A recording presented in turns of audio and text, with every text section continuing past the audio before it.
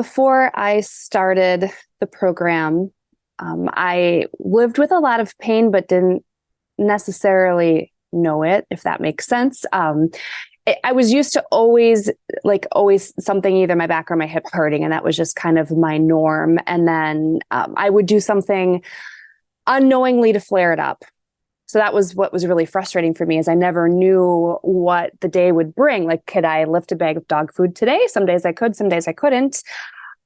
And I could never really understand why that was. So I just kind of lived with it and thought that was my new norm, even though I had gone through 6 months of physical therapy. I'd gone through a bunch of chiropractor. I did sports massage. I did all kinds of things to fix the problem. It never went away.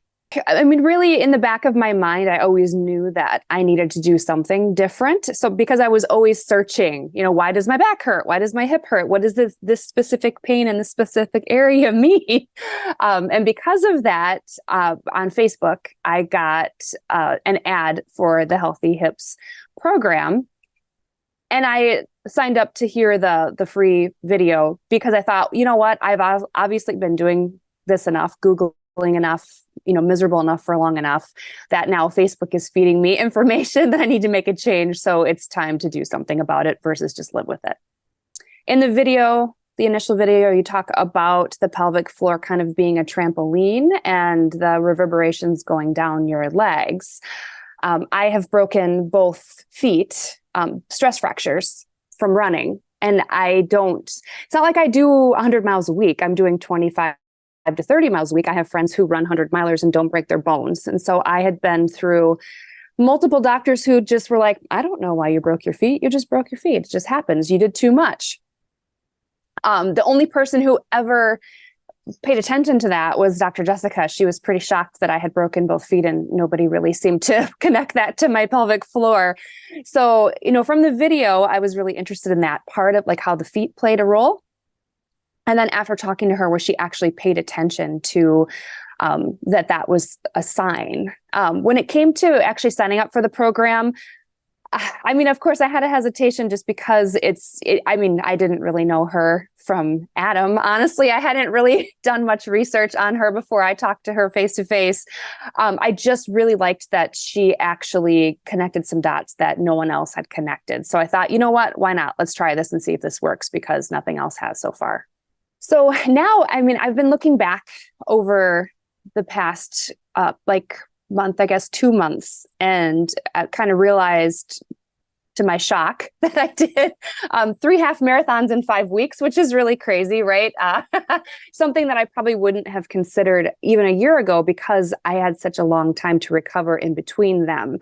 And after doing those 3 half marathons, I didn't have a lot of pain even during. It's actually enjoyable to run, which I haven't enjoyed running in a long time, because it's always a chore, wondering when my hip would act up, because it always did. It always hurt at some point during the run. Was it going to be in my back? Was it going to be my hip? What was it going to be? And then also, I'm a busy person. I have dogs, I have kids, I have cats, I have a job. So what would it be during my day that would set my hip off? Always kind of having that thought in my mind. I didn't realize how much that pain was always on my mind, always concerned, always guarding, because I never knew what was going to hurt me. So I don't have that anymore, which is amazing. I feel a lot lighter because I don't have to worry about that pain.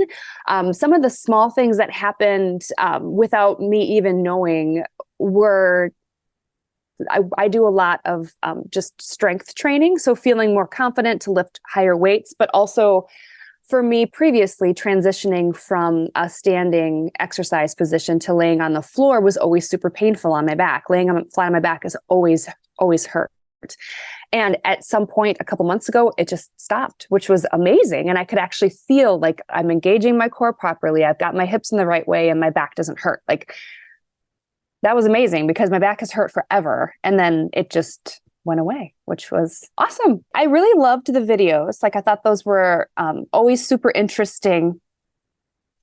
I thought the assessments that we had to do, I always did them without looking at the previous assessment. So I could actually see the improvement, because in the early stages, the pain, didn't necessarily improve super quickly. Sometimes I'd have to downgrade on the weights I was lifting. So I felt like I wasn't making progress, but then I would go back and look at that, like what I had physically completed on those score sheets and say, oh gosh, I couldn't do like the one-legged squat before, and now I can. Like, oh, it was nice to have something tangible that I could look back and see, oh, I've made progress. Same with once we started working one-on-one after the actual program, where I would keep kind of a running list of my symptoms and what I did and the exercises and what I could complete, like just to be able to go back and tangibly see that I was making progress, on the days that were kind of dark and I was in pain, was really helpful. I would say don't be afraid to look into pelvic floor therapy. It's not necessarily what you think, you worry about it being too up close and personal, or how can it possibly be done virtually? Like how do these things even work? And I'm really squeamish about it. I don't want to talk about it. It really isn't. It's not as up close and personal as you think, and it's not as hard to do the things that are required of the program. I mean, when it comes to like pelvic floor assessment, that's a very, very small part of it. I didn't realize how much more pelvic floor was than just, what you think of pelvic floor, like Kegels, or am I saying that right? Sorry. Just that kind of stuff. Like there's way more to it than that. There is a lot of misinformation out there regarding everything, right? In life, if you want to join any kind of program, there are 1,000 that will pop up if you research one. I love, again, that Dr. Jessica has all the credentials and that she has actually been in pain herself. I mean, I think that is probably the most important part, is that if I had, and this is like super random because through the program, she's very accessible, which is amazing.